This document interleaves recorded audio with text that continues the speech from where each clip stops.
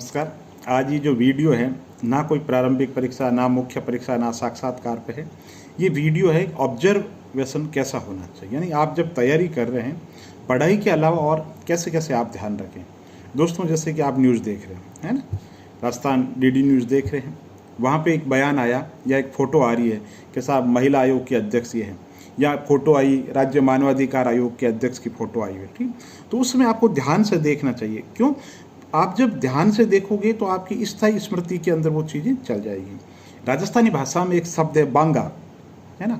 बांगा का मतलब है जो गफलत में रहता हूँ, आसपास में जो घटनाएं घट रही हो उनको वो अच्छे तरीके से देखे नहीं, अच्छे तरीके से समझे नहीं, है ना। और जो बात कही जा रही है उस समय ध्यान से सुने नहीं, पीछे से उस चीज़ का पता लगाए, तो उसके लिए एक शब्द है बांगा शब्द।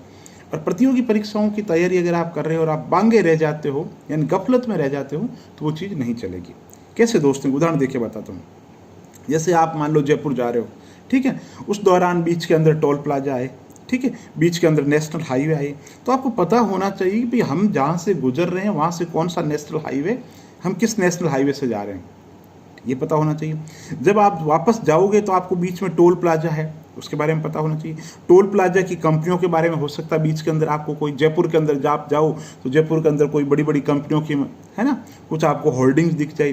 तो आप ऑब्जर्व करते रहो चीज़ों को, जो है ना, देखते रहो। जैसे मान लो आप अजमेर जा रहे हो, अब अजमेर आप चढ़े बिल्कुल, है ना, तो बीच के अंदर आपको कोई मंदिर दिखाई दिया तो आपको पता होना चाहिए अच्छा ये मंदिर है ना।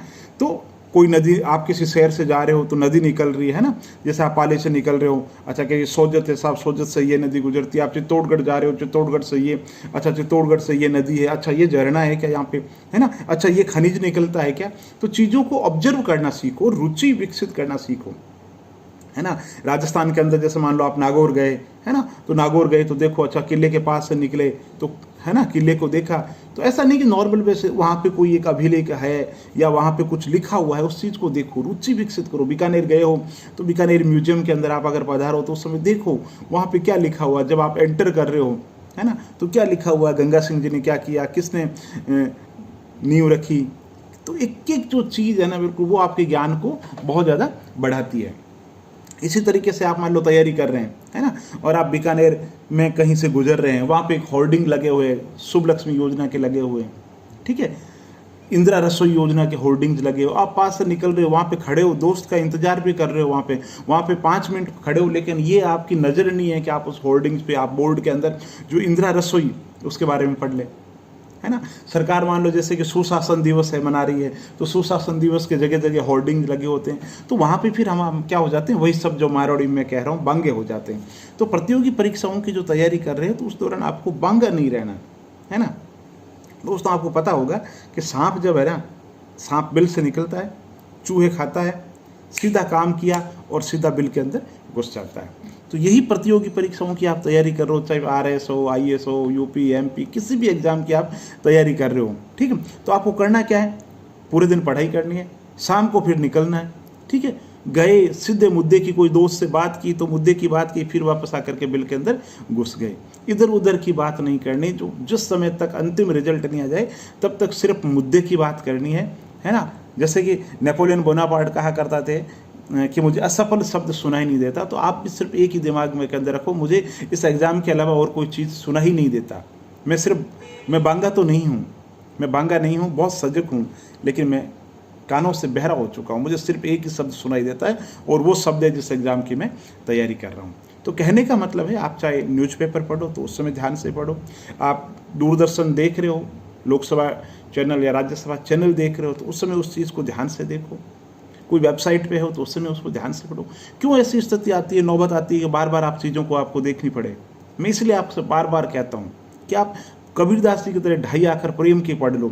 और वो प्रेम के अक्सर क्या है, बनी ठनी है साहब, बनी ठनी है कि साहब राजस्थानी चित्रकला की शैली है, जोधपुर चित्रकला की उपशैली है ये, इसके अंदर नारी सौंदर्य का प्रयोग किया गया, ये इसकी विशेषता है, इस कलर का इसके अंदर प्रयोग किया गया था।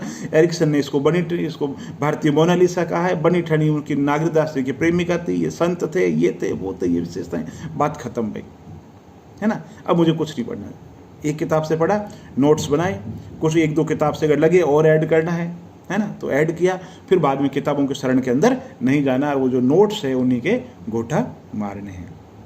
तो मेरे कहने का मतलब है बांगा बन करके नहीं रहना, चाहे पुस्तक पढ़ो तो भी सजग रहना है, पत्र पत्रिकाएं पढ़ो तो सजग रहना है, किसी दोस्त से बात कर रहे हो तो सजग रहना है, गांव की चौपाल के अंदर बैठे हो आधे घंटे के लिए मनोरंजन के लिए, वहाँ पे भी कोई बुजुर्ग बात बता रहा है ना।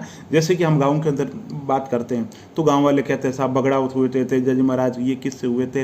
अब हमें एग्जाम में सवाल पूछ लेते हैं और हमें कि यार उस दिन कह तो रहे थे, वो दादाजी कुछ कह रहे थे यार, ध्यान से सुना नहीं, वो बगड़ाउत की कुछ बात बता रहे थे, है ना। तो इस तरीके से सजग बनो, ये जो कान है इनको एक्टिव करो, जहाँ बैठे हो जिस समय लगे कोई ज्ञान की चीज़ है तो उस चीज़ को ग्रहण कर लो। दोस्तों अगर वीडियो अच्छा लगा तो आप इसे लाइक कर सकते हैं, चैनल पे नए हो तो चैनल को सब्सक्राइब कर सकते हैं, और अगर वीडियो अच्छा लगे तो आप इसको साझा कर सकते हैं। अच्छे मित्रों का ग्रुप बनाइए, उनके साथ में सार्थक चर्चा कीजिए, तैयारी कीजिए और निष्काम भाव से बेफिक्र होकर के तैयारी कीजिए।